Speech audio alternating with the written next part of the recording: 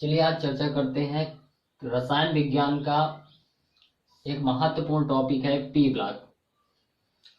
P block आपका अकार्बनिक रसायन का भाग है, जिसमें से इंटरमीडिएट में आपके मुख्य 4 चैप्टर है पी ब्लॉक में। इसमें से नाइट्रोजन परिवार, ऑक्सीजन परिवार, हाइड्रोजन फैमिली है और जीरो ग्रुप, ये 4 समूह आपके हैं। इनमें से हम पहले ग्रुप का अध्ययन करेंगे, पूरा विवरण जानेंगे। तो पहला हम सीखेंगे नाइट्रोजन परिवार। नाइट्रोजन परिवार क्या है? नाइट्रोजन परिवार, तो सबसे पहले क्वेश्चन बहुत ही ज्यादा पूछा जाता था कि किसी भी परिवार के बारे में दे दिया जाता था, नाइट्रोजन परिवार, ऑक्सीजन परिवार, हाइड्रोजन परिवार या कोई भी परिवार की आवर्त सारणी में स्थित की विवेचना कीजिए। क्वेश्चन क्या आता है कि आवर्त सारणी में स्थित की विवेचना कीजिए। तो विवेचना में हमें क्या क्या करना होता है, तो हम उसी के हिसाब से पहले इसका इंट्रोडक्शन भी सीखेंगे कि नाइट्रोजन परिवार है क्या। तो सबसे पहले लिखेंगे नाइट्रोजन परिवार के सदस्य। नाइट्रोजन परिवार के सदस्य कौन कौन से सदस्य हैं? Nitrogen, phosphorus, arsenic, antimony, bismuth. Nitrogen, phosphorus, arsenic, antimony, bismuth. तो नाइट्रोजन का संकेत होता है N, फास्फोरस का P, आर्सेनिक का AS, एंटीमनी का SB और बिस्मथ का BI। इनके परमाणु क्रमांक जान लेते हैं। नाइट्रोजन का 7, फास्फोरस का 15, आर्सेनिक का 33, इसका 51 और इसका 83। ये हो गया नाइट्रोजन परिवार के सदस्य। अब नाइट्रोजन परिवार के सदस्य हमको पता चल गए हैं। अगला टॉपिक हम जानेंगे इनका इलेक्ट्रॉनिक विन्यास। क्या जानेंगे? इलेक्ट्रॉनिक विन्यास। तो इलेक्ट्रॉनिक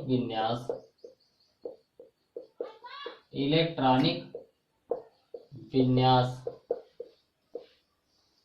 तो सबसे पहले nitrogen, phosphorus, arsenic, antimony, bismuth, इन सभी के इलेक्ट्रॉनिक विन्यास। तो नाइट्रोजन का परमाणु sp-df में इलेक्ट्रॉनिक विन्यास 1s2 2s2 2p, तो 4 हो गए, 3 की जरूरत है, 2p3।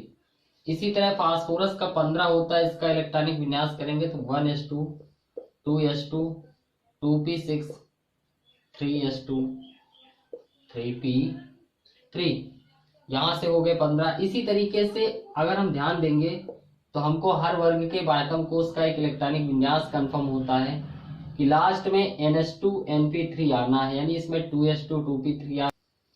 अगला देखिए आर्सेनिक का इलेक्ट्रॉनिक विन्यास sp-df में करेंगे तो 1s2 2s2 2p6 3s2 3p6 4s2 3d10 और उसके बाद 4p3।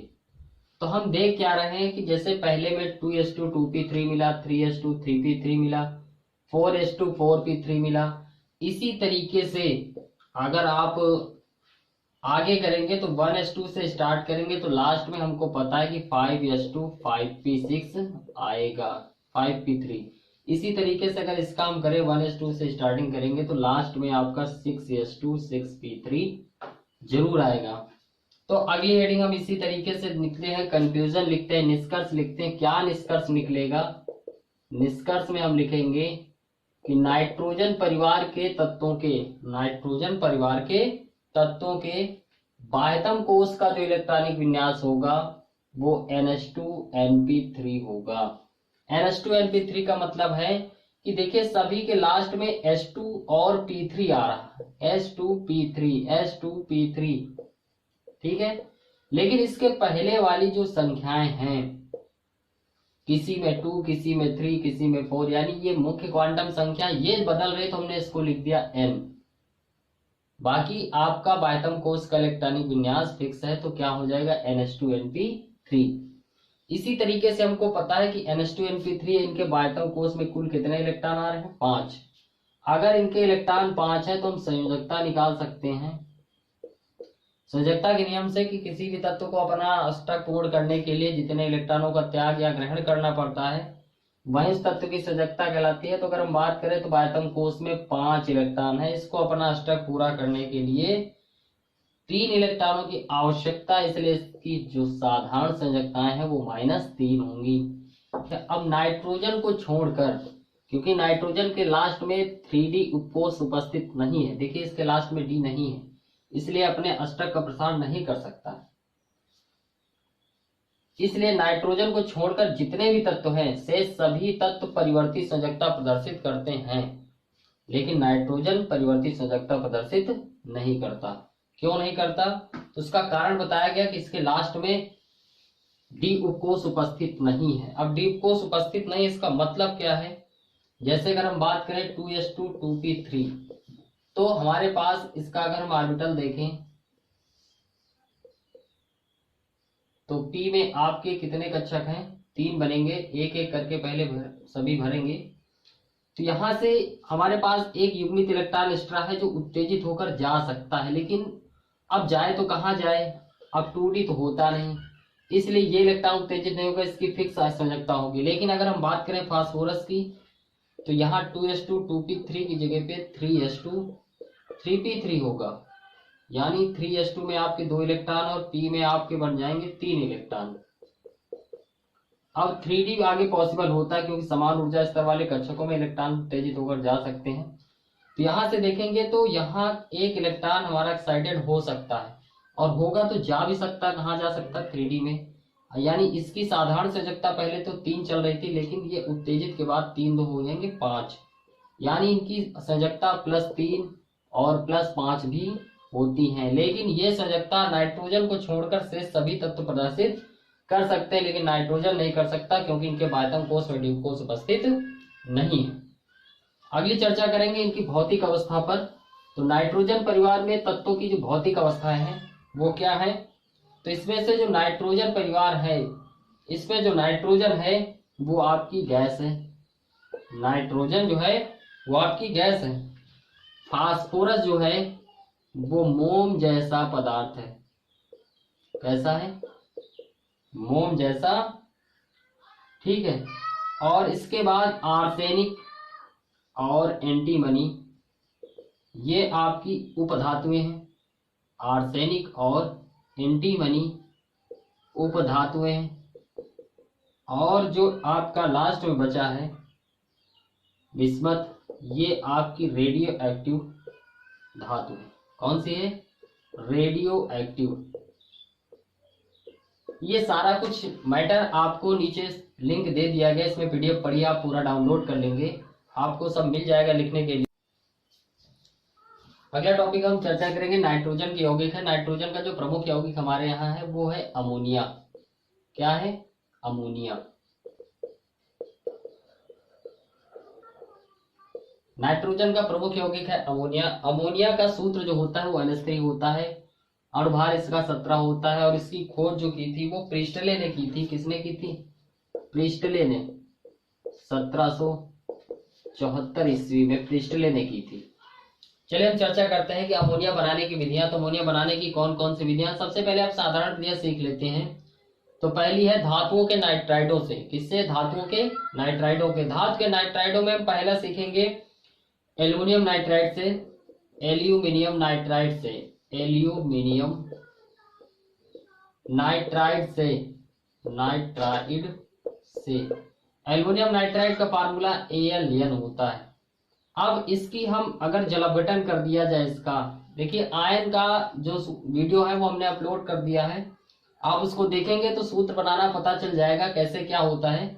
तो इसको अगर हम करेंगे तो Al triple plus N triple minus, इन्हीं दोनों आयनों से मिलकर बना है ये H प्लस OH माइनस। तो इसका Al ट्रिपल प्लस इसका OH माइनस मिलकर सूत्र बनाएगा AlOH का होल थ्राइस, और इसका N triple minus H plus मिलकर बन जाएगा NH3। इस तरीके से हमारी रिएक्शन कंप्लीट हो जाएगी। हमारा फार्मूला बन जाएगा AlN प्लस H2, यानी एल्युमिनियम नाइट्राइड का अगर जलपघटन कर दिया जाए तो एल्युमिनियम हाइड्रोक्साइड प्लस अमोनिया मुक्त हो जाएगी। बैलेंस करने के लिए यहाँ हम टोल थ्राइस है तो 3 H2O कर लेंगे। हाइड्रोजन हमारे पास हो गए 3 दूनी 6 और यहाँ 3 3 6 बैलेंस है। सारी चीजें अपने आप बैलेंस हो जाएंगी। आगे हम चेक करेंगे। अब इसी तरीके में अगला मैग्नीशियम नाइट्राइड से भी हो सकता है। मैग्नीशियम नाइट्राइड से, मैग्नीशियम नाइट्राइड का फार्मूला होता है Mg3N2।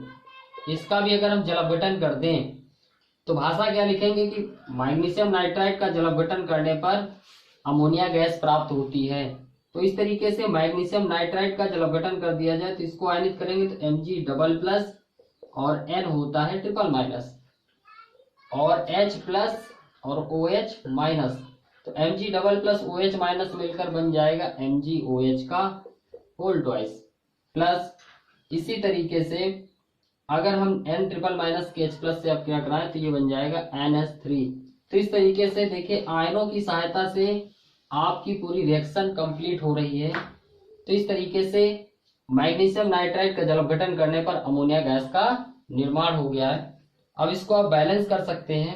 यहाँ N के 2 अणु हैं तो आप यहाँ 2NH3 कर लें। इसके बाद यहाँ Mg के 3 अणु हैं तो यहाँ 3 Mg कर लेते हैं। अब ऑक्सीजन यहाँ हो गए हमारे पास 3 दूनी 6 तो हम यहाँ 6 H2O कर दें।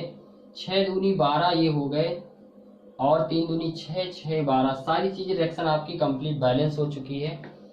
अगला अगर हम देखें तो बनाने की विधि है यूरिया से। यूरिया का सूत्र बच्चों होता है NH2CONH2 NH2CONH2। यूरिया से देखिए यूरिया के 2 अणु अगर हम लेते हैं और इसको धीरे धीरे गर्म किया जाए तो गर्म करने पर अमोनिया गैस बनती। इसके NH2 ले लिया जाए और इसका एक H ले लिया जाए तो ये मिलकर NH3 बाहर हो जाएगी प्लस शेष देखिए जो बचा जैसे वैसे आप लिख लीजिए। तो NH2 फिर बचा है आपका CO, फिर यहां से तो निकल चुका, यहां बचा है NH, फिर CO, फिर NH2। देखिए आपका यूरिया के 2 अणु लेकर अगर इसको तेजी से गर्म किया जाता है तो अमोनिया गैस प्राप्त होती है। साथ में NH2CONH CONH2 निकलता है जिसका नाम होता है बायूरेट। क्या नाम होता है? बायूरेट।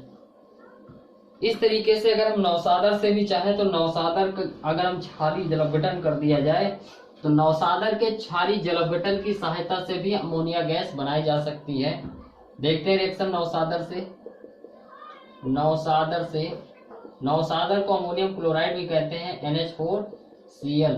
सूत्र होता है इसका क्षारीय जल अपघटन यानी NaOH कास्टिक सोडा से अपक्रिया करा दी जाए तो होगा क्या कि इस पर आपकी अमोनिया गैस तो मुक्त होगी क्योंकि हम बनाने की विधियां पढ़ रहे हैं। प्लस इसमें और क्या क्या बनेगा, Na प्लस और Cl माइनस मिलकर NaCl बन जाएगा और इसका एक H और इसका OH मिलकर H2O बन जाएगा। तो इस तरीके से अमोनियम क्लोराइड यानी नौसादर का अगर कास्टिक सोडा के साथ गर्म किया जाए तो अमोनिया गैस मुक्त होती है। ठीक है, अगला टॉपिक होगा हैबर विधि द्वारा अमोनिया का निर्माण। हैबर विधि द्वारा अमोनिया का निर्माण। हैबर विधि क्या है कि नाइट्रोजन और हाइड्रोजन को अगर 1:3 के अनुपात में लेकर उत्प्रेरक होता है, ये रिवर्सिबल प्रक्रिया होती है इसलिए हम उत्क्रमणीय चिन्ह का प्रयोग करेंगे। Fe यहाँ पर उत्प्रेरक होता है और यमो मॉलिब्डेनम आपका जो होता है वो उत्प्रेरक वर्धक का कार्य करता है। इनकी उपस्थिति में ये आपस में क्रिया करके 2 मोल अमोनिया गैस का निर्माण करते हैं। तो नाइट्रोजन तथा हाइड्रोजन 1:3 के अनुपात में अभिक्रिया करके अमोनिया गैस का निर्माण करते हैं। अगला टॉपिक है हमारा, हम इस चर्चा करेंगे कि हैबर विधि द्वारा अमोनिया का निर्माण क्या है, कैसे इसका सचित्र वर्णन करना है। बहुत ही आसान है, बस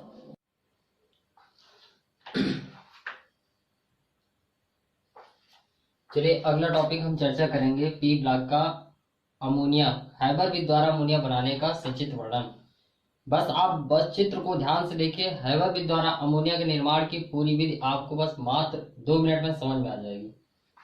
सबसे पहले ये आपका संपीड़क है, यहाँ से नाइट्रोजन और हाइड्रोजन को 1:3 के अनुपात में भेजा जा रहा है।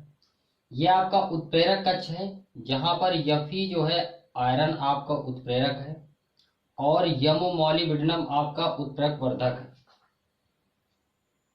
यहां से आपका ये धावन कक्ष है, जहां पर ये क्वार्ट्ज के टुकड़े भरे होते हैं और ये आपका संघनित्र बना होता है, जिसकी सहायता से यहां से गैसीय मिश्रण आता है। यहां पर नीचे आपकी द्रव अमोनिया एकत्रित हो रही है और ये आपका परिसंचरण पंप है। परिसंचरण पंप, परिसंचरण पंप, इसका काम क्या होता है? यहां से जो भी गैसीय मिश्रण अनचेंज होता है, जो बिना परिवर्तित गैसीय मिश्रण है, वो यहां से वापस हम उत्प्रेरक कक्ष में लाते हैं। चलिए विधि अब समझते हैं, एक एक स्टेप आप ध्यान से देखिए।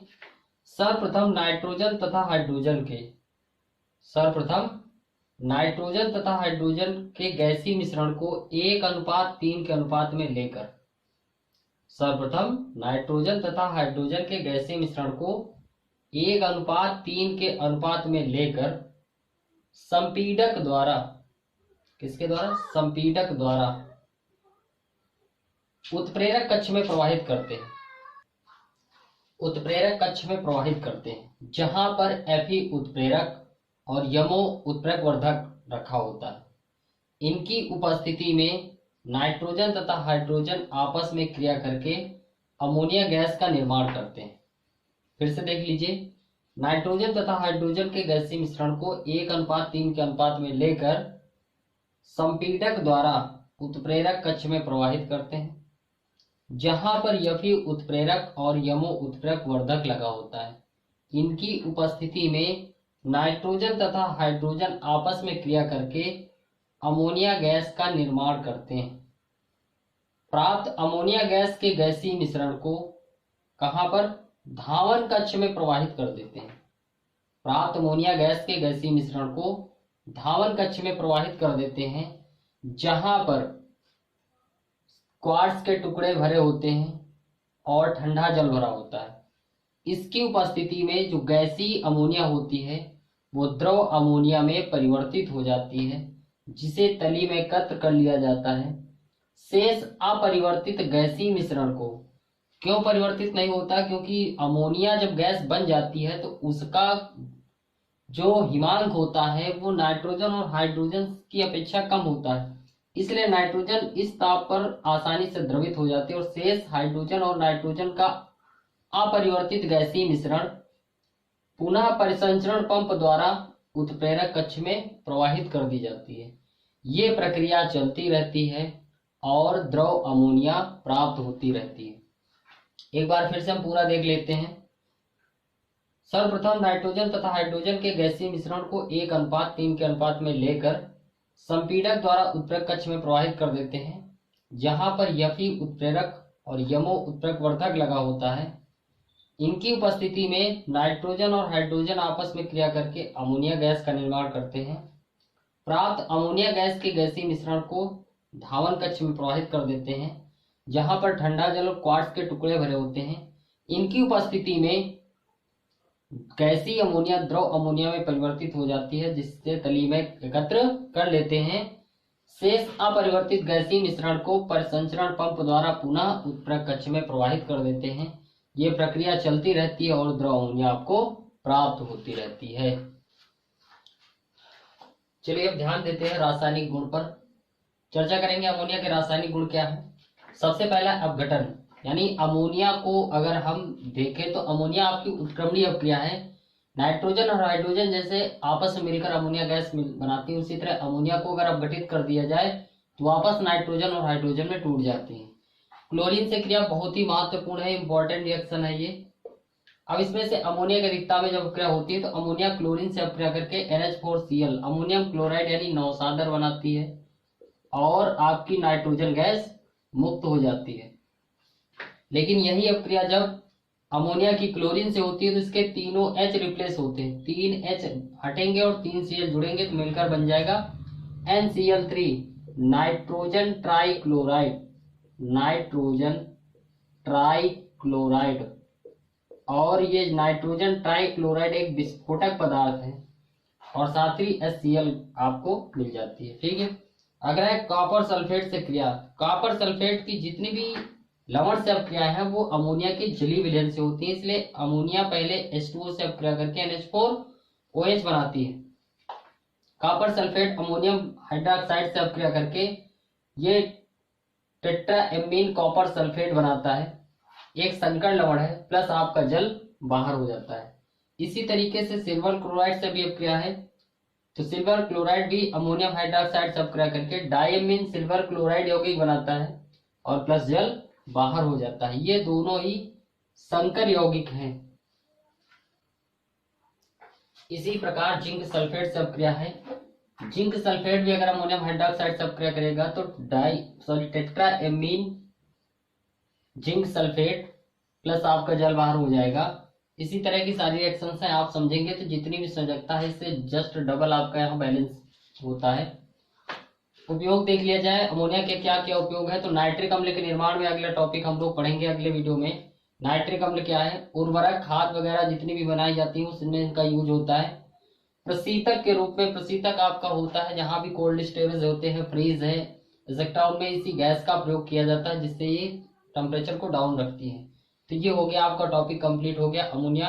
अगले वीडियो में आपको नाइट्रिक अम्ल के बारे में बताया जाएगा, तब तक आप इसको अच्छे से अध्ययन करेंगे।